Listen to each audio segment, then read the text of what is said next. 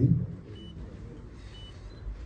2025 అనేది చాలా memorable year అండి నా కెరియర్లో. అది సంగీత దర్శకుడుగా అవ్వచ్చు అండ్ అలానే రచయితగా కూడా అవ్వచ్చు, లిరిక్ రైటర్గా. ఎందుకంటే ఈ ఇయర్ వచ్చిన 2 బిగ్గెస్ట్ బ్లాక్ బస్టర్స్ సంక్రాంతికి వస్తున్నాం అండ్ ఓజీ, ఈ రెండిట్లో నా పాటలు ఉండడం అనేది చాలా అదృష్టం.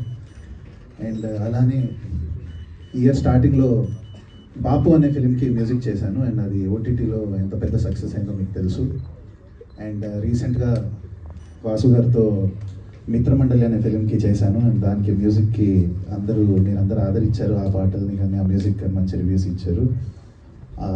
అండ్ ఎక్కడో ఒక థియేట్రికల్ హిట్ మ్యూజిక్ డైరెక్టర్గా లేదు అనే ఒక లోటు, ఒక వెలితి ఉండిపోయింది. అండ్ నాకు తెలిసి అది ఈషా అనే సినిమాతో అది ఫుల్ఫిల్ అవుతుంది అని నేను ప్రగాఢంగా నమ్ముతున్నాను. అండ్ ఈషా ఈ సినిమాకి వస్తే ఫస్ట్ ఆఫ్ ఆల్ ఈ సినిమా నాకు ఇంత మంచి అవకాశం ఇచ్చినందుకు మా దర్శకులు శ్రీనివాస్ రాఘవ్ గారికి నేను ప్రత్యేకంగా కృతజ్ఞతలు తెలుపుకుంటున్నాను ఈ వేదిక ద్వారా. అండ్ తంత్ర అనే సినిమా నేను చేసినప్పుడు నా వర్క్ నచ్చి నన్ను వెంకట్ గారికి, శ్రీనివాస్ గారికి పరిచయం చేసిన ఫ్రెండ్ తేజ గారికి థ్యాంక్ యూ. అండ్ అలానే ఈ సినిమాకి స్టార్టింగ్ స్క్రాచ్ నుంచి టిల్ ద లాస్ట్ స్టెప్ దాకా నాతో పాటు ఈక్వల్గా నాతో పాటు ఉండి నా అసోసియేట్ కుశల్కి thanks for giving your best for this movie.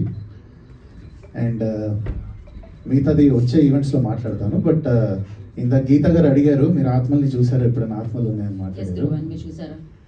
So నేను మిత్రమండలి మూవీ చేసినప్పుడు కానీ ఈ ఫిలిం ఈషాకి వర్క్ చేస్తున్నప్పుడు కానీ స్కోర్ చేస్తున్నప్పుడు మిత్రమండలి అప్పుడు వాసు గారు ఆత్మను చూశాను, ఇక్కడేమో శ్రీనివాస్ గారు ఆత్మను చూశాను. అంటే ఏంటంటే నేను ఎప్పుడు అనుకుంటూ ఉంటాను నాకు ఫిలిమ్స్ అన్న వర్క్ అన్న చాలా పిచ్చి అని. సో వాళ్ళ ఆత్మలు వచ్చి నాకు ఏం చెప్పారంటే if you are mad I'm your dad అని చెప్పారు.